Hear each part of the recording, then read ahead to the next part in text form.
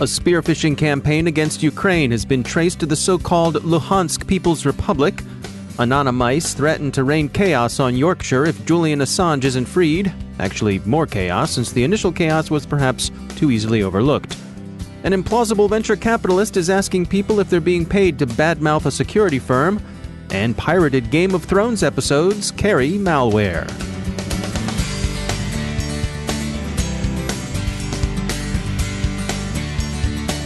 And now a word from our sponsor, ExtraHop, the enterprise cyber analytics company delivering security from the inside out. Prevention-based tools leave you blind to any threats inside your network. By adding behavioral-based network traffic analysis to your SOC, you can find and stop attackers before they make their move. ExtraHop illuminates the dark space with complete visibility at enterprise scale. Detects threats up to 95% faster with machine learning and guided investigations that help Tier 1 analysts perform like seasoned threat hunters. Visit extrahop.com/cyber to learn why the SANS Institute calls ExtraHop fast and amazingly thorough, a product with which many SOC teams could hit the ground running. That's extrahop.com/cyber. And we thank ExtraHop for sponsoring our show. From the CyberWire studios at Data Tribe, I'm Dave Bittner with your CyberWire summary for Wednesday, April 17th, 2019. Military officers in Ukraine are being spearphished by a group seeking to install the Rat Vermin backdoor. Rat Vermin is a second-stage payload delivered by a PowerShell script. FireEye, which identified the campaign, links it to the Luhansk People's Republic. This is a region in eastern Ukraine controlled by Russia and represented by the occupiers as being a breakaway state that's won its independence from Ukraine. Kiev regards Luhansk as nothing more than an administrative fig leaf for Russian occupation. Kiev probably has it right. The Washington Post sees the Luhansk operation as a troubling harbinger of small state and non-state actors deploying increasingly sophisticated cyber weapons. In this, they're following FireEye's lead. The company's John Hultquist told the Post that, quote, "We're focused on the big players, and for good reason. But we should bear in mind that if this small sub-state can put together a hacking capability, then anyone can." End quote. Maybe, but with hacking, as has so often been the case with kinetic terrorism, while there are genuine instances of attackers operating quite independently of other support, there are many more instances of attackers working deniably on behalf of a state. That's especially true with the more troublesome and damaging attacks. FireEye did say it found no evidence that the Luhansk group was being assisted by Russia, but here that old chestnut that absence of evidence isn't the same thing as evidence of absence should be kept in mind.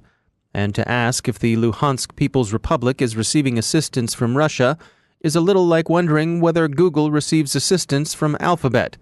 In both cases, they're wholly owned subsidiaries. So, alternatively, this aspect of the campaign might be more realistically viewed as a Russian attempt to achieve plausible deniability, and not as a small group breakout into the big time. Here's an example of what looks like small group activity. Contrast it with the sophistication of the Rat Vermin installation campaign. Supporters who wish to stand by Julian Assange are doing so by taking 2 Yorkshire councils' websites down. Presumably, the attacks on Barnsley and Vadala would prompt a groundswell of hacktivist pressure in favor of Mr. Assange's release. Barnsley Council said it had indeed sustained a distributed denial-of-service attack and that it had succeeded in restoring its website. The council also alerted the National Cybersecurity Center of the incident. The Vadala matters were a little different. The Vadala Town Council said it was unaware that anything had happened to its site. So go figure. Anywho, needless to say, someone has claimed responsibility for the incidents. Tweets from the Philippine Cyber Eagles and the Anonymice España both claimed credit. And CyberGhost 404, thought to be the founder of both groups, if indeed these are groups in any meaningful sense, offered a menacing message. Quote, "Free Assange or chaos is coming for you." End quote. So there.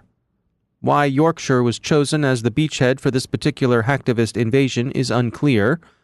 In the case of Bedale, apparently nothing happened at all, unless, of course, that particular corner of North Yorkshire is ordinarily so chaotic that any new chaos that came for them, was just lost in the sauce.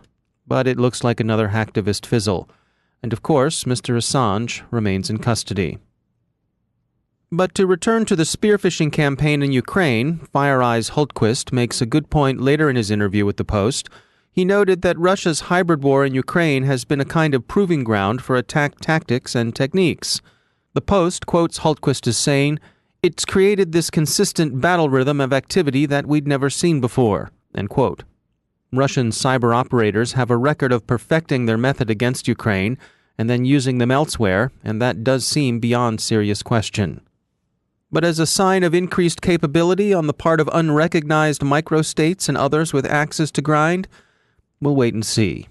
If Sealand or the Republic of Awesome turn out the lights in North Yorkshire or change every high schooler's grades in Union County, New Jersey, that would be a different matter. Moody's Investors Service recently published research titled "Credit Implications of Cyber Attacks Will Hinge on Long-Term Business Disruptions and Reputational Impacts." The report outlines which business sectors they believe have high-risk exposure to cyber attacks. Derek Vadala is Managing Director of Global Cyber Risk for Moody's Investors Service. So we view cyber risk as event risk, and so we recognize that there are now these global cyber events which have real dollar value impact. If you look back to 2017 in NotPetya, there's a view that that was about $10 billion of exposure across a number of different companies, with about $2.5 billion really focused on just 4 companies.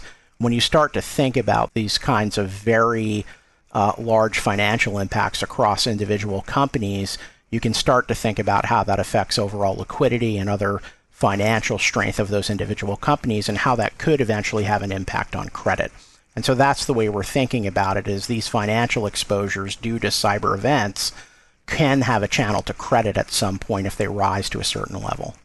And have we reached the point where there's enough history with these sorts of things that we can make accurate predictions? I think we're still in the early days of being able to use historical event data to make predictions, but that's obviously something that a number of different industries, including the insurance industry, are very focused on. But the data set that exists for this is not quite as long and rich as data sets, for example, on normal types of cat risk or other risks associated with, for example, weather events.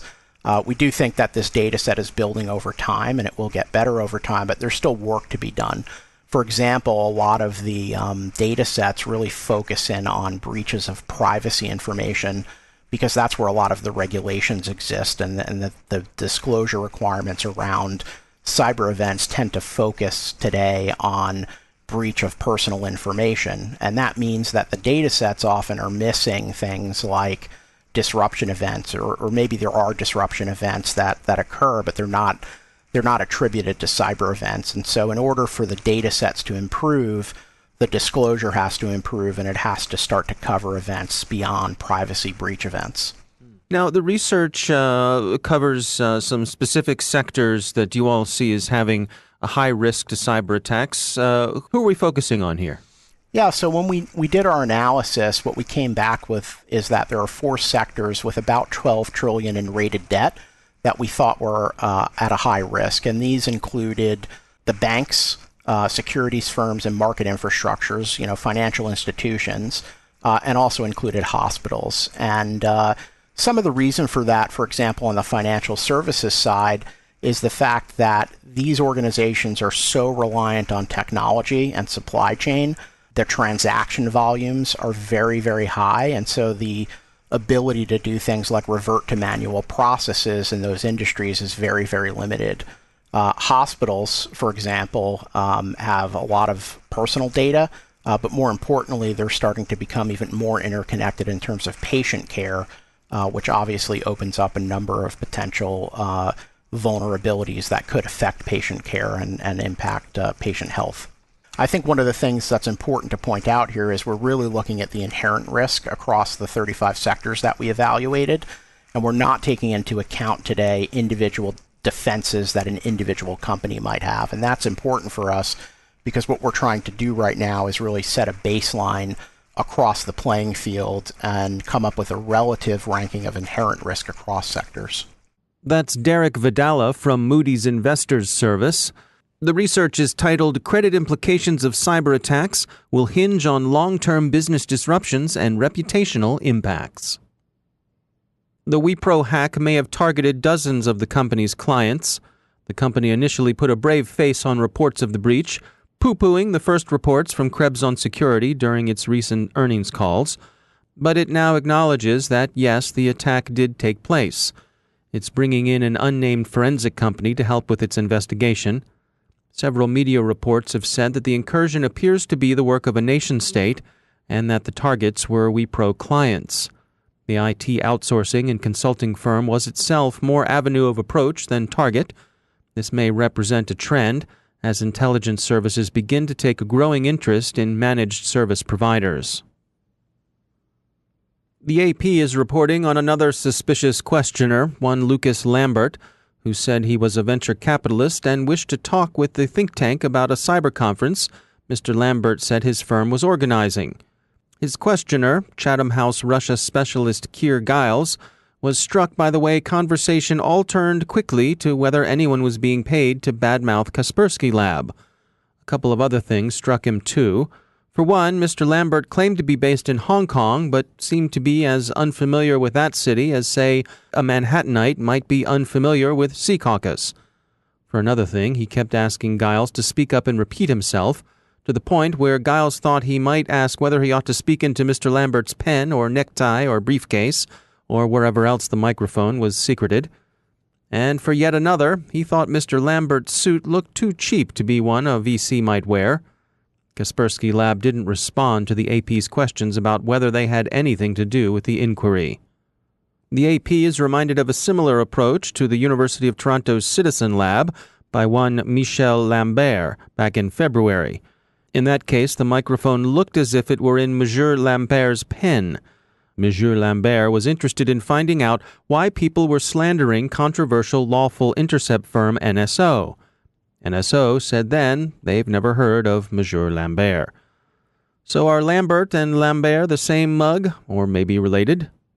The general take is that they're the kind of PI who appeared as a second or third banana in a Bogart movie, usually played by Elijah Cook Jr., and rarely successful at getting the girl or cracking the case. We hope there really are two of them. They'd be like Thompson and Thompson, Dupont et Dupont in the original. We always like those two detectives in the Tintin comics.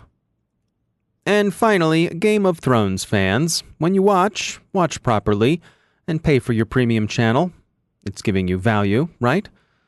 Pirated copies of the new episodes are out and about, Zscaler warns, and many of them contain a subtitle file that contains malicious code, specifically a remote execution exploit.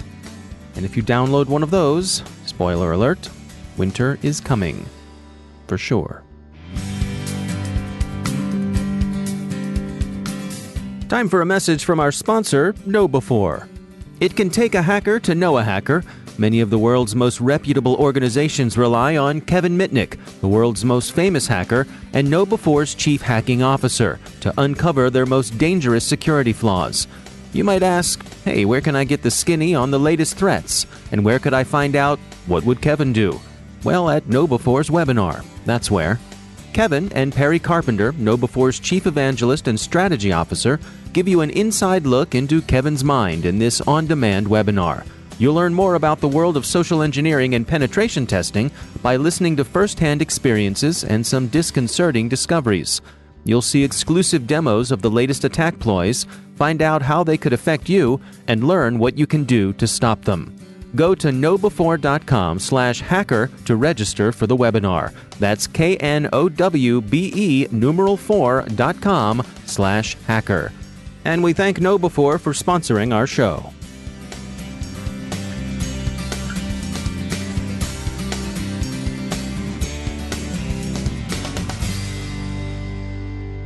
And joining me once again is David Dufour. He's the Vice President of Engineering and Cybersecurity at Webroot.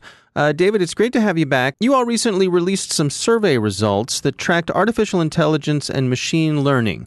What did you find out here? ML AI, it's very close to me. We've been spending 10 years plus doing machine learning at Webroot. So we have very strong opinions. And this survey, it's interesting to me, where we talk to a lot of our customers or people in the industry, and 76% of the people we surveyed said that it didn't matter if their protection included AI or machine learning. But then 70% said they wanted to see advertising that said you used AI or machine learning. Oh, so wow. I'm not exactly sure where the connection there is. And what I think is, I go out to the MSP shows and things like that, and I talk to folks. I think the feeling is if you're doing AI and ML, then you're perceived as being technically advanced and really forward thinking, but it doesn't necessarily have to be in the product they buy from you. Huh. That's fascinating because, I mean, certainly we've seen, like you say, at the trade shows, it's all over everything. What an interesting gap there. Well, it is, and you're exactly right when you say it is all over everything.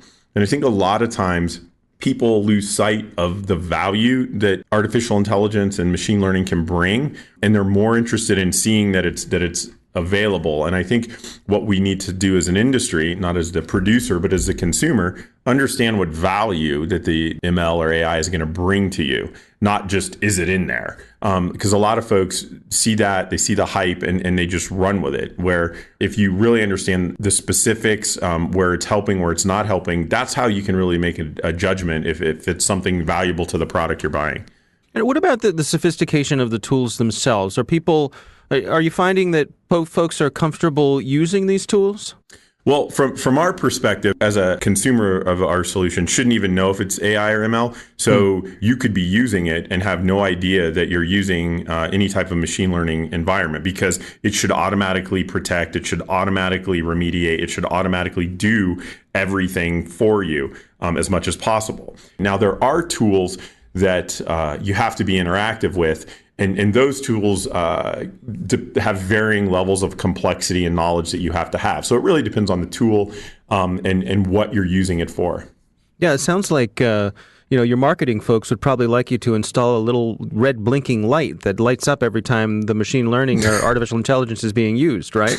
Yes, and I hope none of them listen to this, because then I'll be having my engineers put a little blinking red light and wondering why they're doing it. Right. You're absolutely right, dude. Yeah. What about the other side of it? Are we seeing that the bad guys are making use of this stuff as well? There's a huge belief that the bad guys are. We're not seeing as much of it that correlates with the belief that they are. Machine learning is very sophisticated.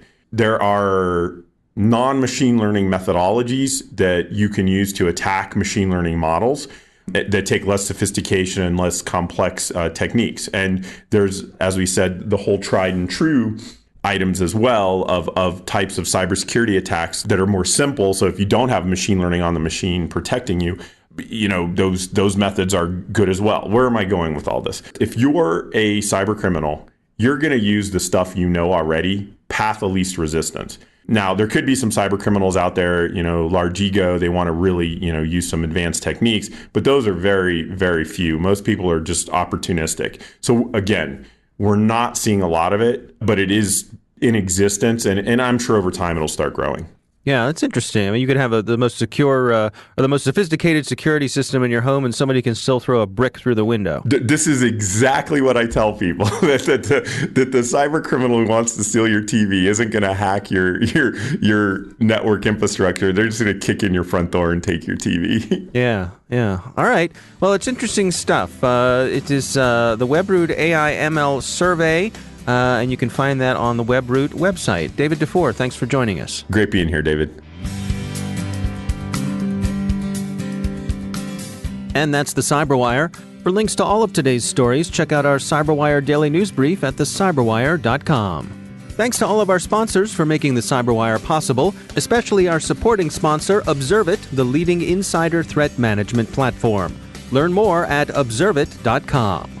The CyberWire podcast is proudly produced in Maryland out of the startup studios of Data Tribe, where they're co-building the next generation of cybersecurity teams and technology. Our CyberWire editor is John Petrick, social media editor Jennifer Iben, technical editor Chris Russell, our staff writer is Tim Nodar, executive editor Peter Kilpie, and I'm Dave Bittner. Thanks for listening.